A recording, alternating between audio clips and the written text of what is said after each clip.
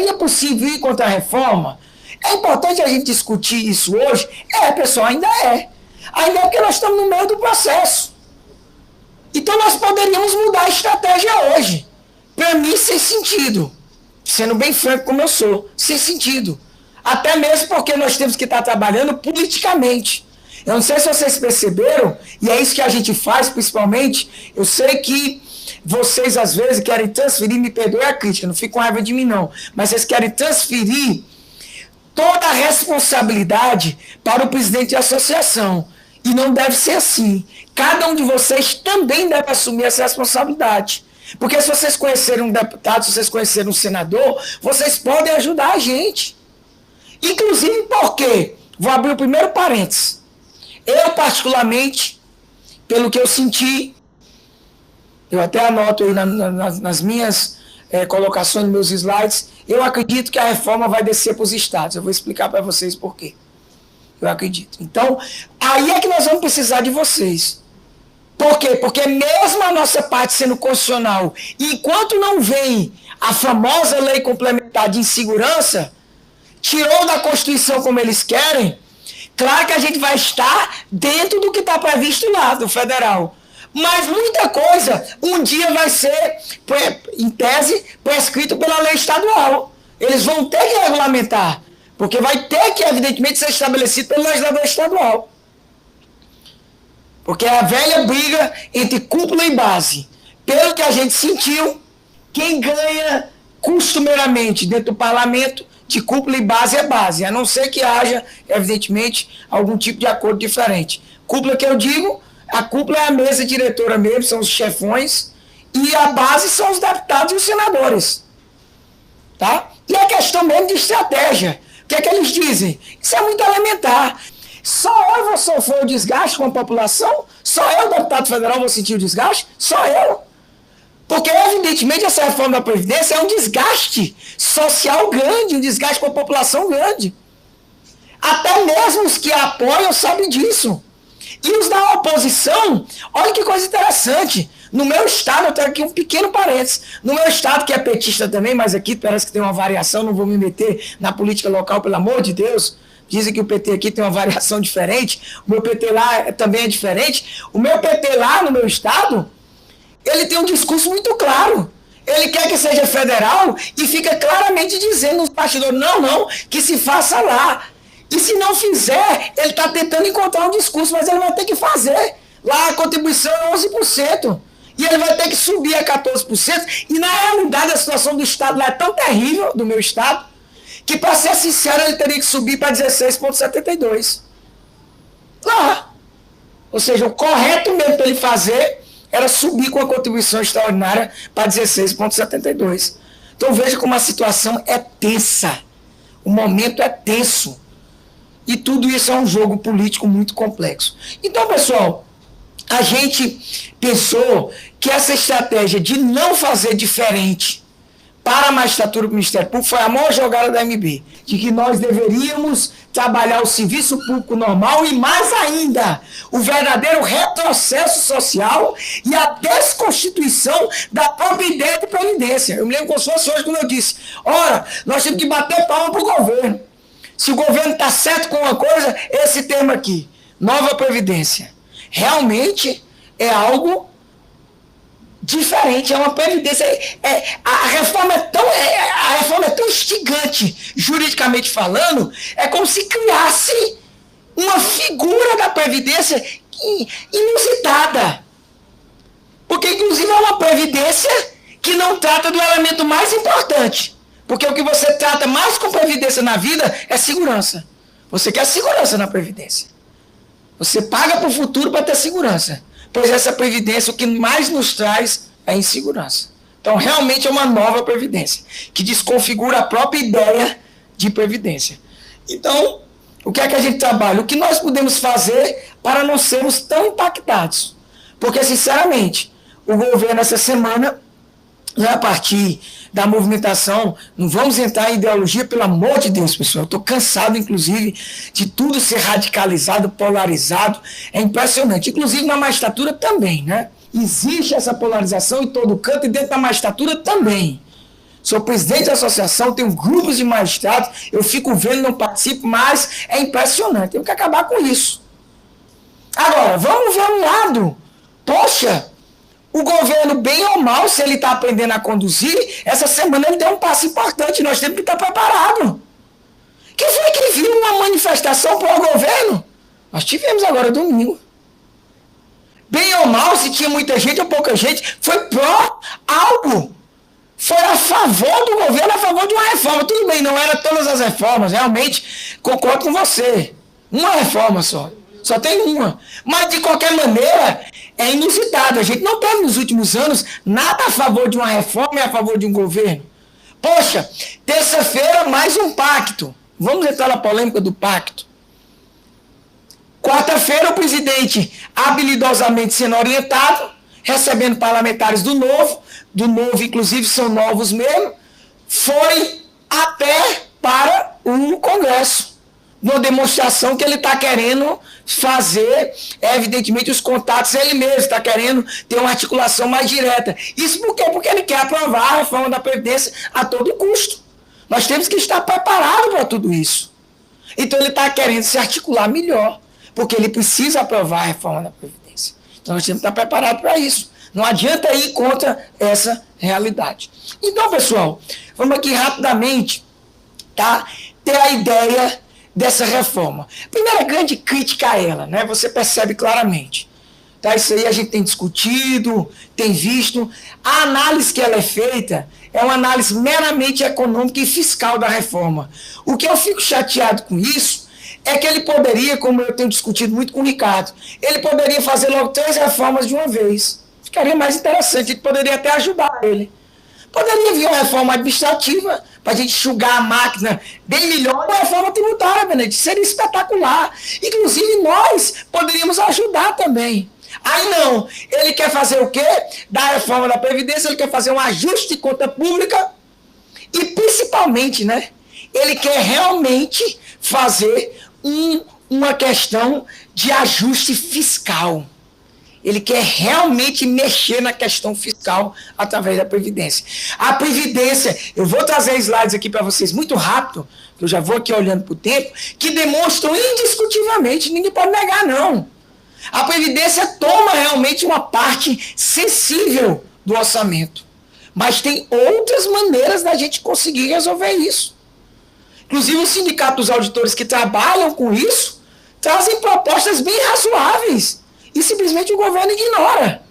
O governo olhou uma maneira de economizar 1 trilhão e 100 bilhões e acha que essa é a única maneira possível. Inclusive nos elegeu os servidores públicos como os grandes responsáveis por tudo que aconteceu. E acha que só nós somos capazes de dar essa economia de 1 trilhão e 100 bilhões. Só nós somos capazes. Isso é mentira. Inclusive porque as renúncias feitas nos últimos anos demonstram que se eles deixassem de fazer essas renúncias por si sós, quase metade do que ele deixa de gastar, porque não há nenhuma economia direta. Essa reforma não traz nenhuma economia fiscal imediata, automática, ela não traz. Isso é um planejamento. Realmente vai se deixar de gastar, porque a situação é indiscutível. Eu sempre cito, para vocês terem uma ideia, eu não sei a situação da Bahia, mas meu estado é uma situação terrível. Por isso que eu tenho que ter coerência. O meu estado é uma situação de dar dó mesmo. Eu comecei uma certa negociação, abro um pequeno parênteses. Quando eu estava negociando lá os duodécimos com o novo governo, que nos assustou, por óbvio. Governo novo, um governo que vinha com um discurso político, inclusive contra o discurso nacional que vinha, que assustou. E quando a gente foi ver as contas do nosso estado lá, a gente foi ver a questão previdenciária, quando eu estava negociando, estava 130 milhões o déficit previdenciário, puro, do próprio regime do Estado. Agora, quando a gente foi fazer um balanço, está 137 milhões. A tendência é de chegar em dezembro, 150 milhões. A cada mês, a coisa vai piorando. Vai se aposentar até 2020... mais 12 mil servidores lá. Lá já passa a quantidade de inativos, já passa a quantidade de ativos. Não é um quadro desolador? sem perspectiva nenhuma, inclusive, de poder chamar ninguém. Não pode fazer, o Estado não pode fazer concurso. Nem o tribunal, que tem autonomia, nem muito menos o Estado. Então, como a gente superar um quadro desse? Isso é verdade. E aí, pessoal, olha que sinuca de bico. 3 reformas nos últimos 20 anos com o mesmo discurso. E aí a pergunta, é uma continuidade das reformas anteriores ou houve um abandono total? No ponto mais importante e fulcral para a gente, eu digo com muita tristeza de imediato, houve um abandono total. O que está sendo mais caro para a gente, inclusive injusto demais. Injusto mesmo, eu não tenho dúvida nenhuma. Até os deputados e senadores estão sendo muito sensíveis a esse nosso ponto. Graças a Deus. É a notícia boa que eu trago para vocês. Regra de transição. Eles têm sido sensíveis, pelo menos por enquanto. Agora eles assinam tudo, né? Tem que ter cuidado. Não se emocionem com o que vocês veem na imprensa, né? Não se emocionem. Porque diz 277 emendas, né? Foi ontem o último dia. Pessoal, emenda. Quem vai no parlamento, a gente fica impressionado. A gente sai com um deputado, aí tem meio mundo de gente lá no parlamento, pegando umas pastinhas, e os deputados só assinando. Aí a gente tem curiosidade de perguntar, mas deputado só sai assinando isso, é? Ah, é frente não sei o quê, né? É frente não sei o quê. Pois as emendas é parecido com a frente. Cuidado. Foi uma vitória. A gente conseguir a assinatura das emendas? Foi. Porque é claro que eles não assinam como frente, não. Mas eles fazem assim, isso é um jogo político. Eles criaram uma tática. Eu estou assinando a emenda, até porque eu também tenho uma emenda. Eu assino a tua aqui, tu assina a minha. A gente está assinando sem se comprometer com o mérito, para discutir. Por isso que tem 277 emendas e tem deputado que assinou emenda contraditória. Ele assinou uma emenda que não tem nada a ver com a outra. Então ele não está se comprometendo com o mérito de nada. Por isso que o trabalho tem que continuar, tem que ser vigilante. Por isso que esta comitiva que saiu da Bahia e que lá no Ceará está saindo outra, e que no meu estado agora eu me orgulho muito, os 3 senadores que são a favor de ajustes à reforma e um é totalmente contra a reforma, eu consegui até isso, um é totalmente contra a reforma, na verdade 2. 2 lá são praticamente, um é 100% contra a reforma, outro é 90% contra a reforma e o outro é 70%. Nós estamos com sorte em termos de Senado, lá no meu estado. Estamos fazendo um movimento grande, porque eu tive que vir à Bahia. Tem 2 vice-presidentes lá com os nossos senadores e deputados nesse exato momento. Por isso que está certa a comitiva da Bahia, o Ceará está lá, nos reunindo com o deputado Mauro Filho, tem outros juízes envolvidos agora no Ceará, como tem em todos os estados. É esse o trabalho que a gente precisa. Nós estamos aqui, e os amigos e amigas, inclusive o pessoal da nossa turma que esteja aí, os nossos 66, né, na nossa turma, que estejam aqui nos ouvindo agora, nos vendo, que também se engajem com seus deputados e senadores aqui no estado da Bahia. Essa é a grande luta que a gente precisa. Consequências da desconstitucionalização, as piores possíveis para a gente. As piores. Inclusive, se vier para o estado, nós vamos ficar num limbo. E ninguém sabe por quanto tempo esse limbo, viu? Esse limbo indefinido. Porque a prova lá, o federal, ninguém sabe o quanto de coisa que vai tirar, porque a gente está lutando para não desconstitucionalizar tudo. Porque eles estão querendo tirar tudo da Constituição. Tudo. Idade, tempo de contribuição, benefício, forma de cálculo, tudo. Não está ficando nada na Constituição. Essa aqui é a verdade. É uma tática antiga. Tentaram na época do FHC, não conseguiram chegar nem perto e agora está avançando. Ó. Na CCJ a gente tentou enfrentar o mérito, com todo o respeito que eu tenho a um jurista. O jurista disse que desconstitucionalização, Rossana, o jurista disse que isso era mérito. Pelo amor de Deus, o cara é jurista delegado. Poxa, se a Comissão de Constituição e Justiça não toca na desconstitucionalização, é complicado. E esses cânones e escopos da nova presidência eu apresento para vocês. Então, eles vão desconstitucionalizar. Aqui eu vou passar um pouco mais rápido, pessoal, para me dar essa visão para vocês e passar algumas tabelas e tentar dar uma geral das emendas que nós estamos apresentando. Todas elas já apresento para vocês a parte procedimental. Nós conseguimos as assinaturas necessárias nas 9 emendas. 5 da AMB, 4 da Fentas. Na realidade só foram 7, porque 2 são comuns. E na realidade a gente está preocupado com 4 pontos. A gente joga um pouco a mais para poder discutir, porque se a gente jogasse a menos era pior. Isso é um jogo político, faz parte. Tá? Por isso que eu discuto, às vezes, a ideia, não, a magistratura não pode entrar nessa de ator político. Claro que tem que entrar. Nós não podemos fazer politicagem. Mas é óbvio que essa comitiva aqui da Bahia que saiu agora para conversar com os deputados e senadores está fazendo o trabalho correto. Republicano. Lobby é coisa constitucional e séria, tem que ser feita. Acabar com isso. Acabar com essa demagogia besta. Nós temos que fazer. Por isso que outras carreiras jurídicas conseguem meio mundo de coisa no Congresso e a magistratura está aí. Eu, inclusive, como metida processualista que sou, parei agora no associativismo, está aí o novo CPC. E aqui é só um desabafo. O juiz, realmente, o judiciário em si ficou enfraquecido. Por mais que juridicamente eu concorde com muitas das mudanças, mas a gente não teve um trabalho, um lobby verdadeiramente feito pela AMB quando da tramitação do novo Código de Processo Civil. Podemos fazer isso agora na reforma previdenciária? Claro que não. E outras batalhas que a gente tem, como, por exemplo, eleições diretas, como temos agora a permuta. Temos que ter as batalhas aí dentro do Congresso, que é um local legítimo para a gente fazer as disputas. Remete à lei complementar à regulamentação do direito previdenciário. Pessoal, essa lei complementar, que ninguém sabe o que é que ela tem. É um cheque, meu amiguinho, você não sabe. Porque se você pelo menos soubesse, meu amiguinho, a gente não sabe. Porque se você soubesse, você poderia também não opinar, né? Eu acho que você queria, no nome do amiguinho aí, Anderson, viu? É porque eu gosto de falar desse jeito carinhoso, viu? Anderson, a gente queria pelo menos saber o que é que essa lei diz. O cara quer que a gente aceite como a capitalização, se a gente nem saber, minha amiga. Pode até que seja bom, né? Estão dizendo agora é a nova moda. Não é a capitalização chilena, é a capitalização sueca. É a capitalização sueca.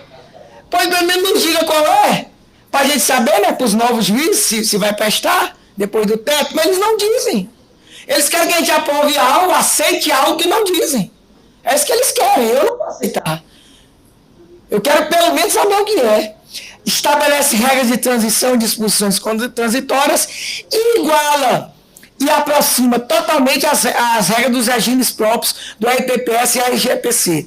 Pessoal, olha, o que eu fico mais indignado com essa campanha do governo, e falo aqui abertamente, estou muito feliz de estar aqui, sabe? Muito. Mas, por outro lado, eu queria estar na cara hoje do secretário especial da Reforma da Previdência, que é meu conterrâneo, que eu respeito muito. Se alguém quiser mandar esse vídeo para ele, eu vou agradecer muito. Mas eu digo na cara dele quando eu tiver, que eu não tenho papa na língua, não. O secretário Rogério Marinho, dele jogar para a população que nós, servidores públicos de um modo geral, porque nós não somos diferente de nenhum outro servidor público, isso tem que ficar claro, nós somos privilegiados. Onde é que eles tiram isso? Porque eu tenho 25 anos de contribuição, sempre contribuí em cima verdadeiramente do que recebi, nunca deixei de pagar R$1 de contribuição, nenhum, acho que todos vocês, rigorosamente do mesmo jeito. E as reformas anteriores, meu amigo aí de trás, as reformas anteriores já nos atingiram de morte sensivelmente.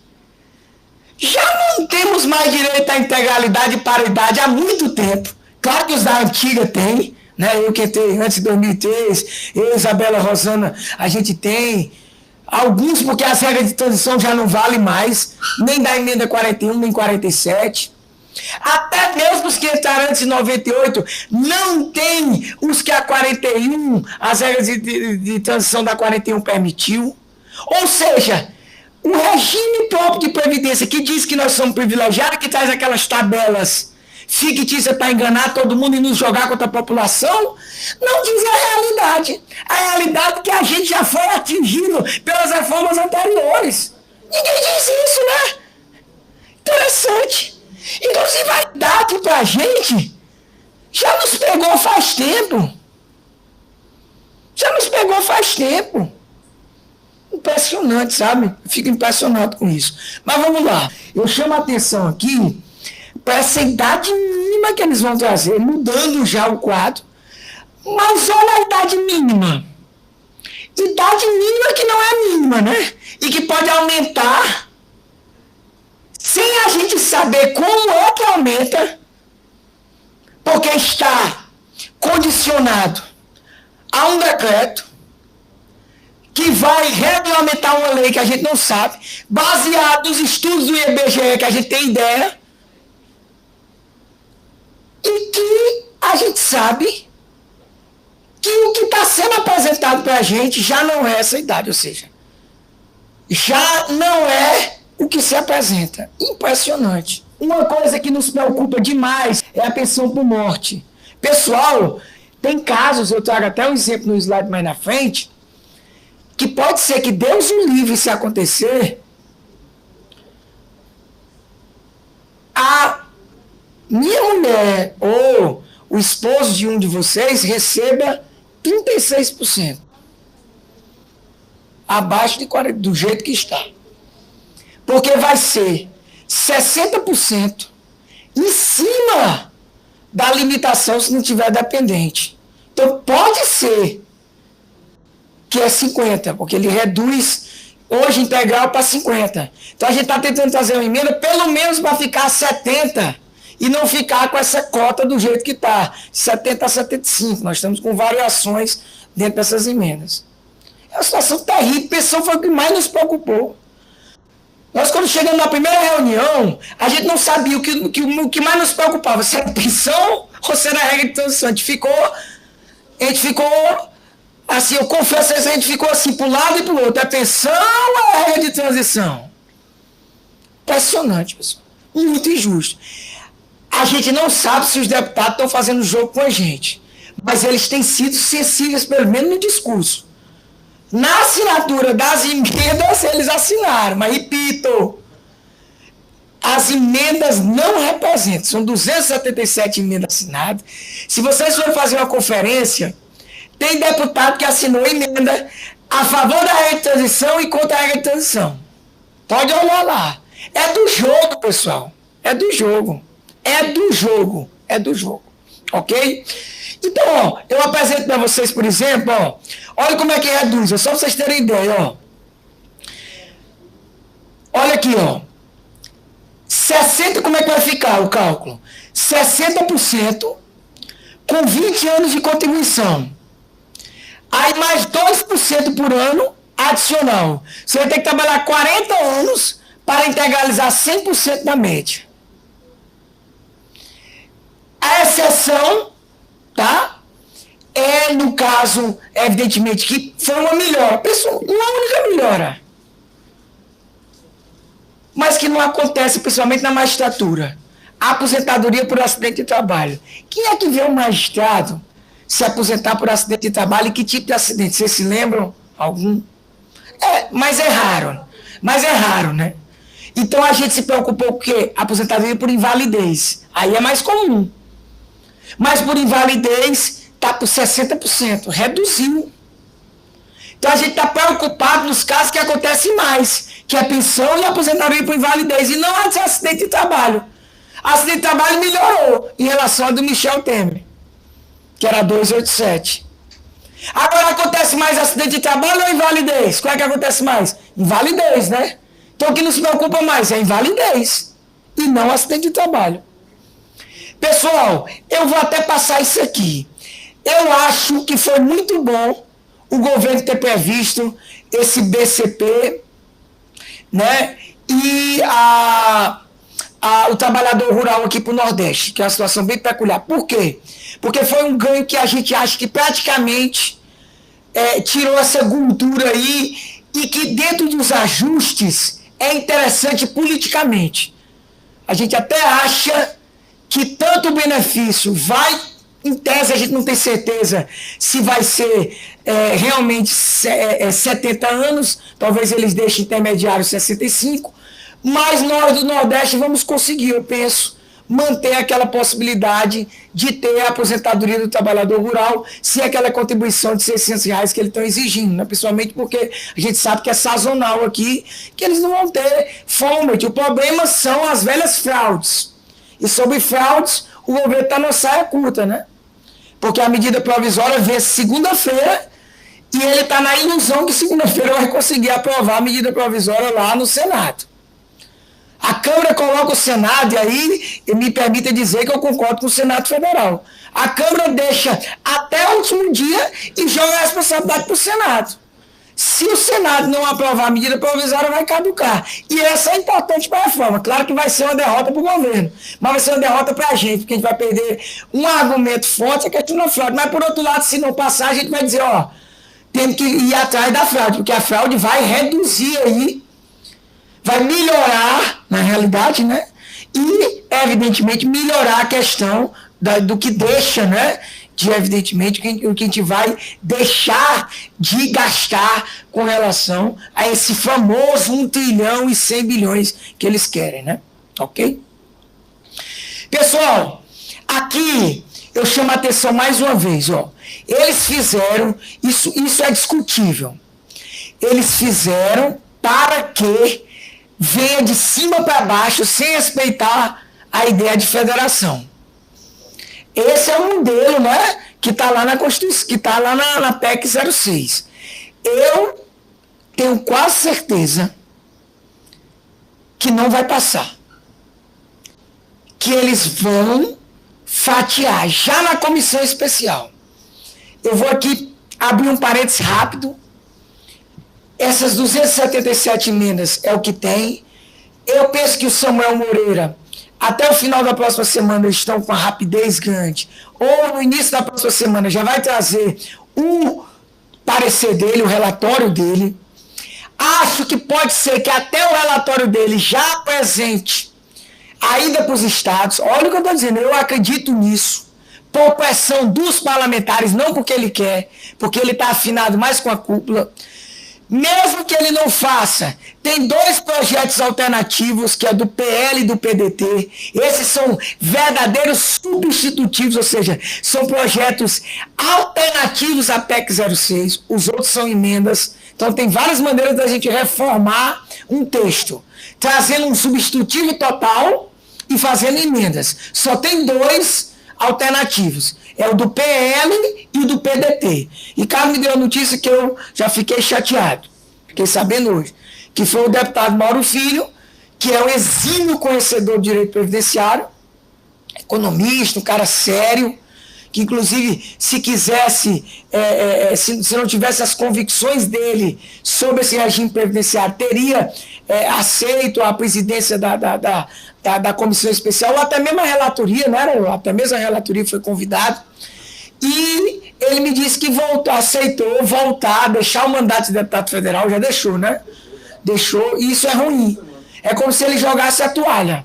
Ele não acredita no próprio projeto que ele que fez, junto com o Ciro, né, porque ele apresenta alguns modelos alternativos a essa reforma da Previdência, para nós espetacular, porque ele apresenta uma regra de transição muito razoável. Não é como a gente quer, porque a nossa é igual a do militar e a emenda 47, que é 17%. Mas a do PDT é interessante. E aí eu fiquei triste com isso, eu confesso para vocês que eu fiquei triste. Porque dá a entender, claro que a gente vai ligar para ele, eu vou ligar para ele. Dá a entender que ele disse assim, quer saber de uma coisa, homem? Homem, esses caras vão aprovar do jeito que quer, sabe? Eu não vou ficar perdendo meu tempo aqui como deputado, eu vou trabalhar para o meu estado, como secretário de planejamento, que eu conduzo muito bem, que já conduziu. Vou ver as finanças do meu estado, enfim, ele é muito hábil nessa parte, e vou deixar aí o Brasil, né, ser conduzido.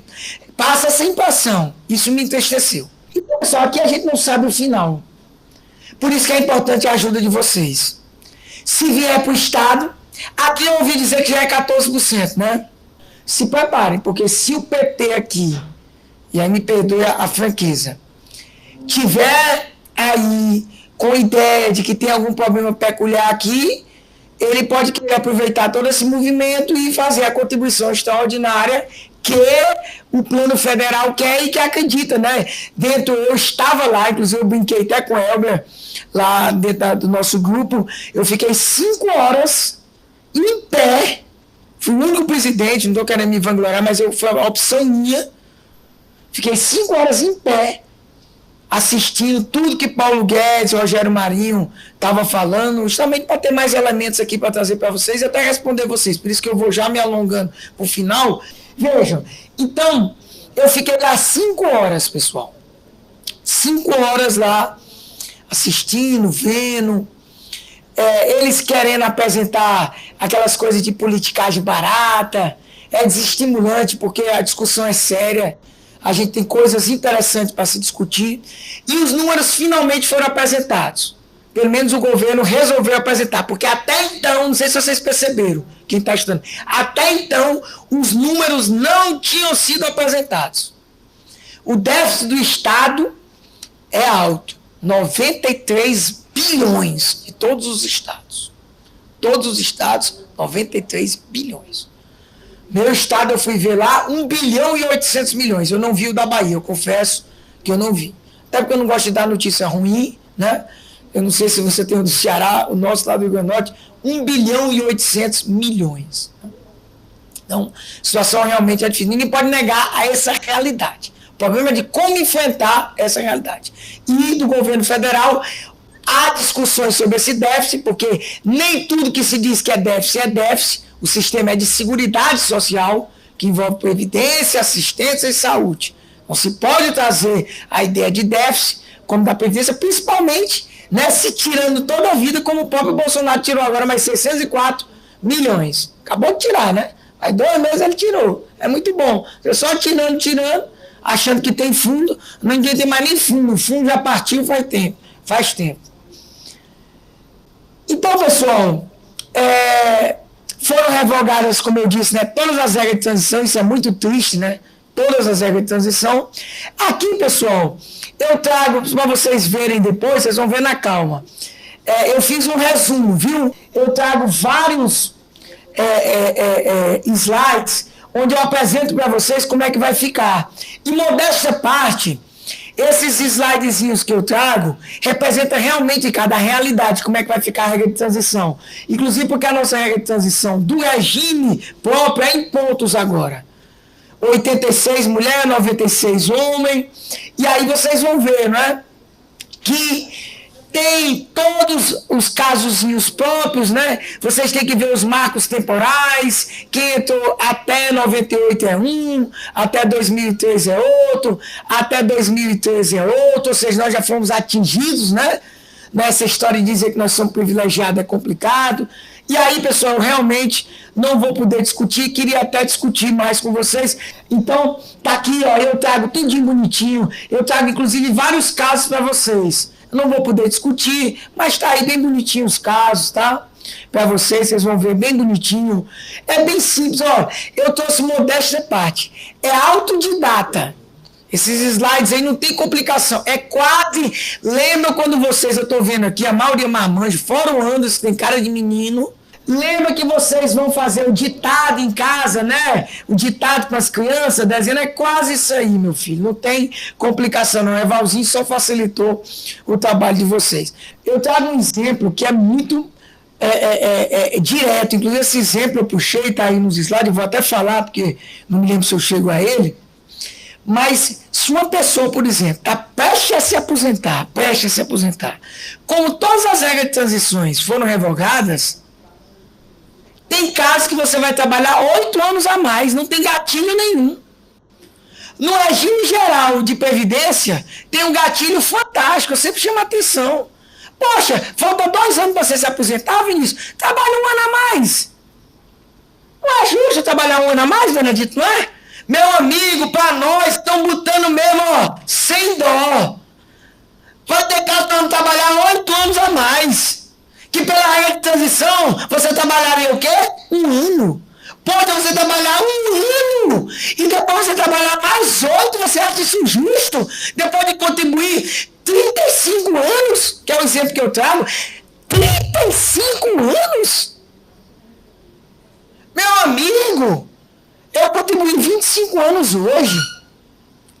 Eu iria contribuir teoricamente mais 8. Eu vou contribuir mais 20 anos. 45 anos eu vou ter que contribuir para chegar a 65, porque ninguém vai se aposentar. Nenhum de nós, Ricardo, marmanjos, vamos se aposentar com menos de 65, nem a pau. Acabar com essa história. Não, eu não quero mais ser desembargador. Não, amigo, você vai ficar. Você pode até não ser desembargador, mas você vai ter que ficar. Se você quer integralidade e paralelidade, se você entrou antes de 2013, você vai ter que ficar, hein? Ou então, meu amigo, vai receber menos. Vai receber menos. Porque vai avagar tudo se a gente não conseguir passar. Estou dizendo a verdade. A pensão por morte, pessoal, realmente, olha aqui a situação, é delicada. Olha como é que vai ficar, é 50%, mais 10% para cada um dos menininhos, ó. O máximo que a gente vai receber aí, vai ter que fazer mesmo de filho para receber integral. Agora nós temos tendo estímulo e a fertilidade já está acabando. Inclusive que eu trago um slide aí, que a taxa de fertilidade, nossa, ó, faz tempo. Vai ter que fazer mesmo de menino. Pessoal, sobre a progressividade, eu estou acabando. Sobre a progressividade, a gente tem esperança aqui no Supremo. Se a gente não conseguir vencer ainda no Legislativo, a gente possa vencer, mesmo com todas as polêmicas aí do Pacto Republicano. Vamos entrar nessa, eu já vou encerrar. Vou pulando aqui. Eu trago muita coisa, inclusive a ADIM foi muito favorável, os votos até então são muito favoráveis a gente, tá? Inclusive pelo princípio da indiscutível da vedação do retrocesso social, né? Que muito bem coloca isso, inclusive o ex-ministro, né, Carlos Aires Brito. A ideia de seguridade social eu trago bem aqui para vocês, inclusive esse slide demonstra bem bonitinho toda a evolução de todos os tipos de regime, tá? Ok? Aqui eu mostro para vocês, ó, quanto custou o sistema previdenciário e assistencial brasileiro. Eu peguei esses dados, são os mais atuais do DIEESE. Aqui o Orçamento Geral da União, isso demonstra, é por isso que a realidade é dura.